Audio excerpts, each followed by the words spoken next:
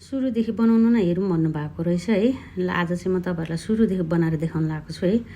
यो चाहिँ हामीले राँगाको सयपत्रीमा होइन यो यसरी यो प्वाल बनाएर यसमा बनमेरो भित्र हाल्दैछौँ होइन।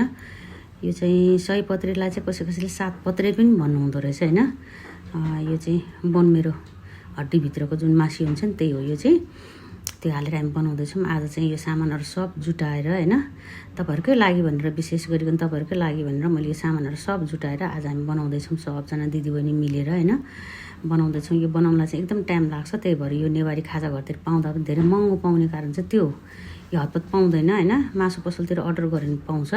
हजुरहरूलाई चाहिएमा यहाँ मेरो बहिनीको मासु पसल छ बौद्धमा होइन। मेरो बहिनीले पनि बनाउँछ, त्यहाँ गएर पनि तपाईँहरूले अर्डर गर्न सक्नुहुन्छ होइन। अनि आज चाहिँ म तपाईँहरूको लागि यो सुरुदेखि नै बनाएर देखाउँदैछौँ होइन। सबजना मिलेर बनाउँदैछौँ।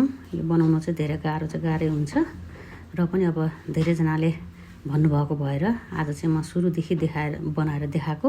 तर यो भेज हो कि नन भेज भनेर धेरैजनाले सोध्नु भएको थियो। यो चाहिँ नन भेज हो है, यो भेज होइन।